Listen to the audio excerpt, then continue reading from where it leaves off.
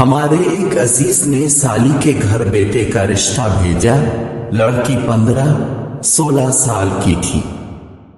لڑکی والوں نے کہا عمر تھوڑی ہے، ہماری ایک ہی بیٹی ہے، ہم نے اس سے پڑھانا ہے، حفظ کرانا ہے، پھر BA کروانا ہے، اس کے بعد عالمہ کا کورس کروانا ہے، پھر اس کے بعد ہم بیٹی کے بارے میں سوچیں گے۔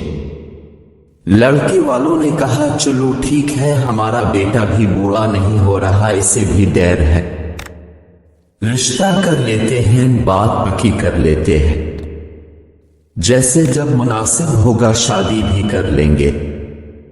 کچھ عرصہ گزر گیا تو لڑکی والوں کی طرف سے یہ باتیں سنی گئی کہ لڑکے والوں کو کوئی دلچسپی ہی نہیں ہے، نہ کبھی کچھ لینا دینا کیا، نہ لڑکی کو کبھی کوئی گفٹ دیا، نہ انہوں نے دلچسپی لی۔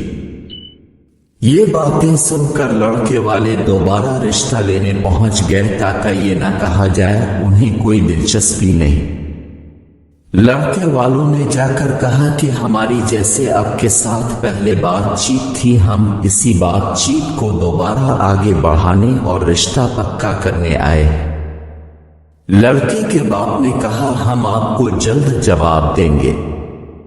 چند دن بعد فون پر پوچھا گیا تو کہا گیا یہ باتیں فون پر نہیں ہوتی، کبھی مل بیٹھ کر باتیں کریں گے۔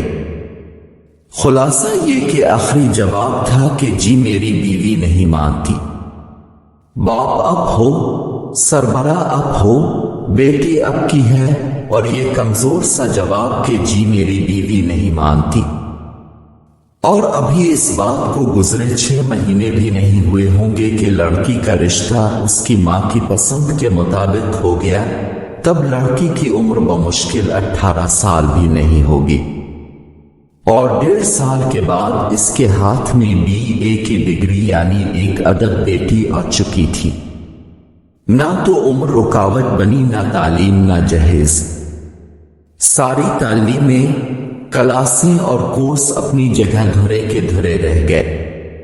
لڑکا پسند نہ ہو یا گھر پسند نہ ہو، وہاں تعلیم، عمر اور جہیز رکاوٹ ہوتی ہے۔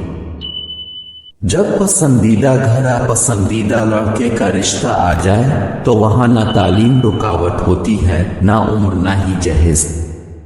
مطلب یہ کہ عمر، تعلیم، جہیز ابھی فرصت نہیں، یہ سب بہانے ہوتے ہیں انکار کے۔